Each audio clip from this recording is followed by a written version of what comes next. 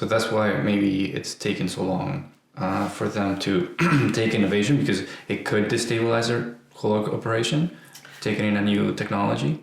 Yeah, so the thing is, it's happened where mining companies have got burned, whether it's even adopting a new software. Softwares that are really sticky, meaning that they're integrated with your operations, and you need that data for predictive analytics reason, whether it's to tell your supervisor, give them specific instructions, and if that software system that has all this data in it has to be removed, it makes it really, really difficult sometimes. So there have been really good experiences and bad experiences with technologies, like there is in every industry. But with mining, because it's capital intensive, and if a piece of machinery is shut down because it needed a technology on it, caused it to fail or something like that, sometimes some mining companies will lose. It could be $250,000 per hour of not producing. So you always have to be producing. There are people working like 24/7. The mine is going. Well, it's intensive. It is. It's very intense, and now we're getting to a place where we have to try and do our best to have zero harm in the workplace. But how do you guarantee zero harm when you have people operating and there's always the human element? So that's why autonomy is going to come in, and why it's coming in more aggressively now. But it's not always easy to make that change from diesel to electric, because again, you have to keep your operations going from day to day. And if you come in and you put a electric vehicle where a diesel vehicle would be, well, now how are you going to charge that? Who's going to be responsible for changing the batteries? How do you make sure it's not overheating? And there's just a whole new, there's all new variables when you replace one thing. So of course, not every mine site has battery electric vehicles yet, but it's most likely on their technology roadmap. But if there was a good analogy used, again, yesterday I had a talk with Glencore, and this gentleman was saying, if I give you the responsibility to say, okay, so on the highway, it's your responsibility to make sure that there are no accidents, there are no fatalities. So what would you do in that case? How, you could really limit the speed to the vehicles. You could try to bring in like autopilot. You could try to make sure that there are concrete blocks blocking off, things like that. There's only so much that you can do when you have humans involved in that, and that's kind of where mining is. Okay, so how do we guarantee safety at this point? And because there's so many safety regulations, when you bring in a new technology, it has to make sure that it's working in compliance with those safety regulations. So you don't break any of the many regulations that are in place because of this new technology. Okay, I'm starting to get it. Yeah. Yeah, no. Do you have, what is your vision? What's your end goal? Do you have an end goal for this, for your business? I do have an end goal. So initially the opportunity that I saw, because I was working in a different industry, breaking into the mining industry, I thought, okay, so where technology is advancing rapidly, but it still seems like the way that we're communicating, how we're finding new technologies, how we're even identifying clients is still a couple decades behind. So it gets to a point where when technology is being developed so fast, and people are still doing cold calls, that's kind of an older way of communicating your value. Mm-hmm. So initially, the vision of my company was, okay, so there now needs to be a new communications platform of how I can bring a solution to different markets and how I can identify what's the best fit. If I'm in mining and I'm looking for an energy solution, can I contact the energy sector? And this is being done, but just on a more, I'm speaking to a much more robust level. And the same thing with transportation. If I'm in mining and I can't find a particular solution within my sector, can I go to the transportation sector?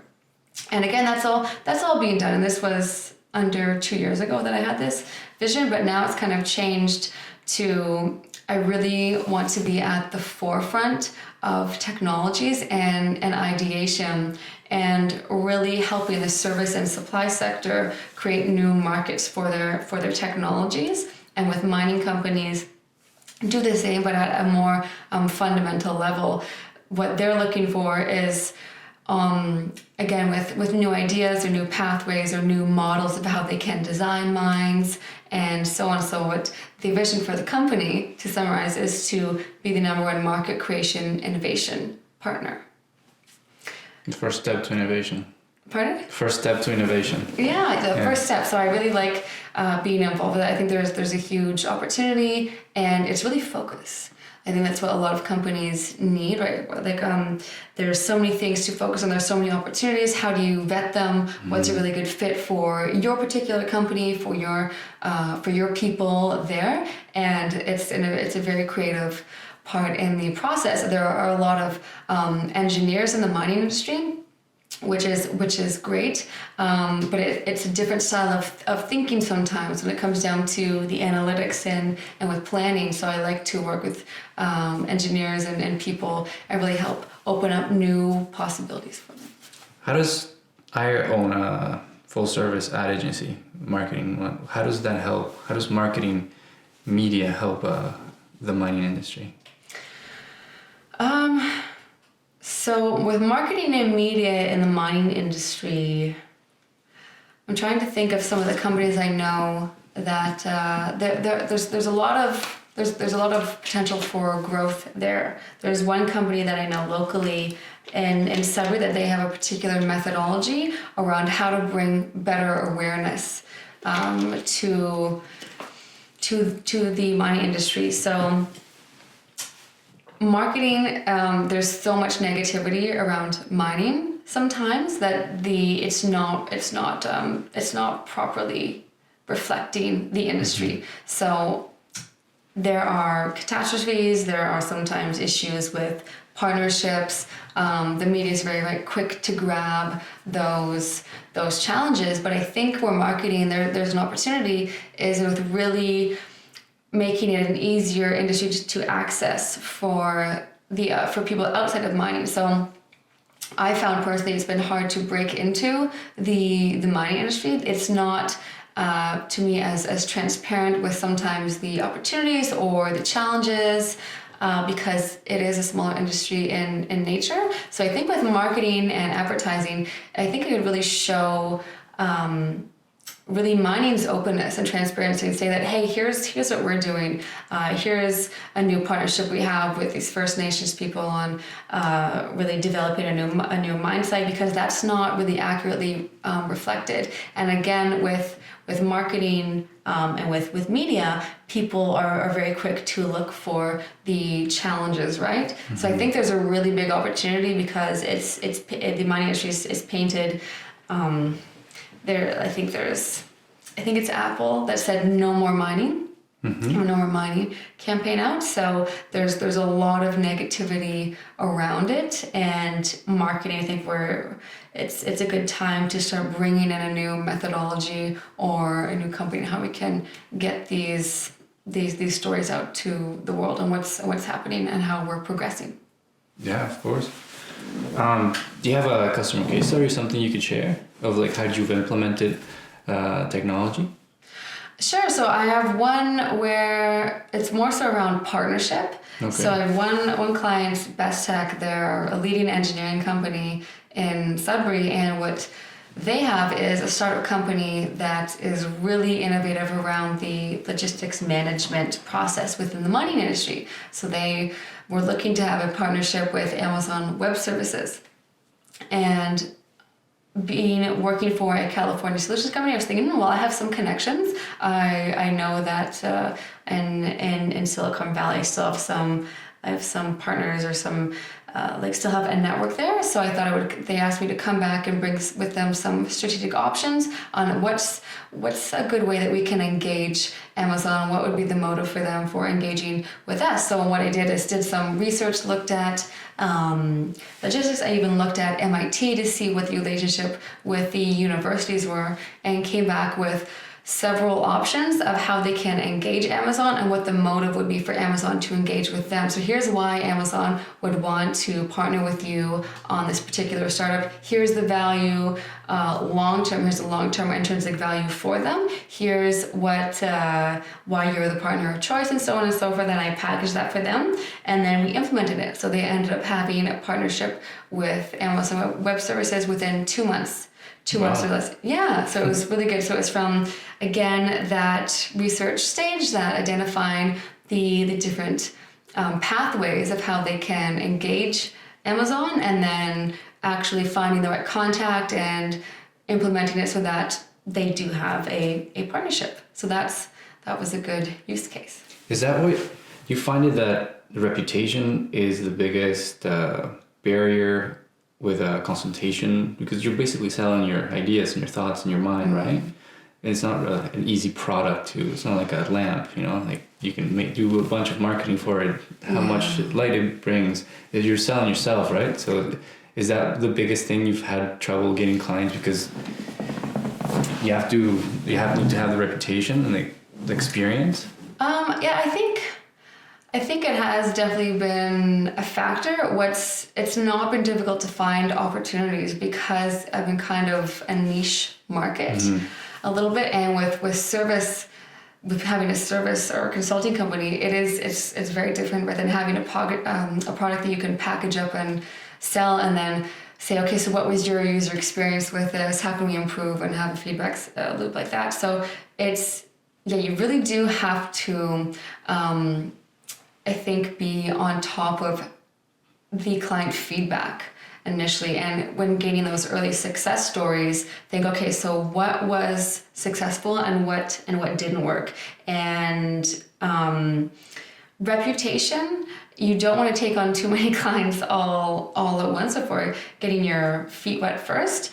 But what's really difficult, I find, is refining the services, because how do you sell your ideas? How is it receptive to the market? And because there are so many companies, I find, doing this now, selling their insights with growth and strategy, with growth and innovation and expansion, business development, things like that. I think you need to give yourself some time to learn really where your value is. And I think that's been the biggest lesson, is allowing yourself to go out and be vulnerable, make a couple mistakes, find out how to really obviously learn from them, what's the client feedback, and then you can start building your reputation when you have a really good foundation on what it is, what challenge that you're solving. I think that's the biggest thing. And with selling ideas and selling your mind as a resource, people are always changing as well. So everything's always evolving, and you have to kind of keep up with what's happening and be aware of clients. So reputation, I wouldn't say would be as big of a challenge. It's something that you do have to build once you have a really clear and concise idea of the challenge and the solution. And there was a second point that you mentioned. I have no idea. Yeah. No, I forgot. Yeah. But I had another question after that. You're a good talker. You suck so much people in. I'm listening 100%. So. Okay. Wow, you really blanked me. So I was talking about more so. I think the number one thing is getting a good foundation, because when you're a consultancy and you're a problem solver, you can go out and you can get involved in things outside of your expertise.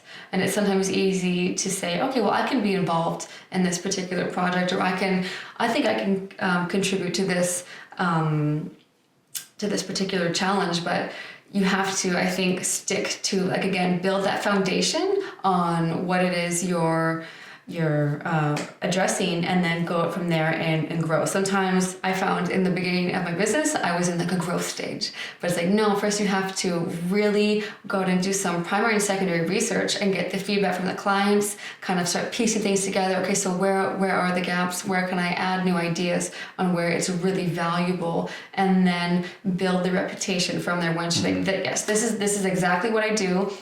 This is, the long-term game. And then you can go from there and build build your vision. Yeah, that's going to lead to my next question.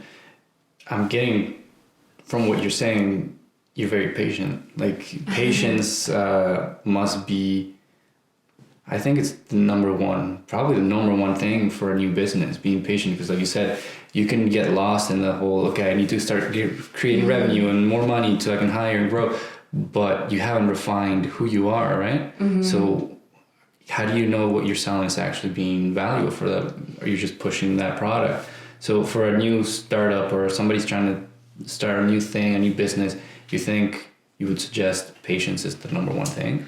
I think so for sure. So you really have to allow a little bit of chaos, like chaos sometimes where you don't know where you're going or how is this conference or how is this client related to what I want to do. So it's just a really big learning curve, and for sure it is patience. I find now with all the information that I've gathered, all the experiences that I've had, that I'm just right now really saying, okay, I've got it. I know exactly what I want to do. But if I would have in the beginning really pushed my service hard, what I thought it was at that time, then the reputation would have been maybe damaged, right? So I was more so thinking, okay, so what I need to acquire some early success stories and start building long-term relationships with clients. But my advice for sure would be to really understand what you're getting yourself into, and that it's a big unknown. So patience and letting yourself have a bit of experience and fun, not really knowing how things are going to line up, is essential. And Steve Jobs says, right, you can't connect the dots looking forward. You can only connect them looking backwards. And yeah, I found that patience has been something that's definitely I've had to have for sure, because sometimes you cannot. It doesn't matter how hard you push something, you can't get that outcome because you can't control what other people are going to do or how they're going to make a decision. Then probably expectations. This is bad, right? Have an expectation on what you're doing, because you create an image in your mind of what you want to create and what it's going to look like at the end. And then that's when you start forcing the circle and the square hole, right? Yeah. So you mean if you have right going into something with a certain expectation, instead of being more open-minded. Just stress testing your services or your product, or just letting it see where the cracks are, right? Yeah, and to be honest, I think it's a lot of fun, because what you come out with is something that you didn't initially think that you would, and it's oftentimes your service can be even better. But there are a lot of businesses, like if you have a business that's 5 years old, that's still very, it's still kind of in its infancy anyway. So my business will be 2 years old in February. So you can imagine that you have to just have fun with it in the beginning, and it's okay if you're like your initial goal or vision in mind,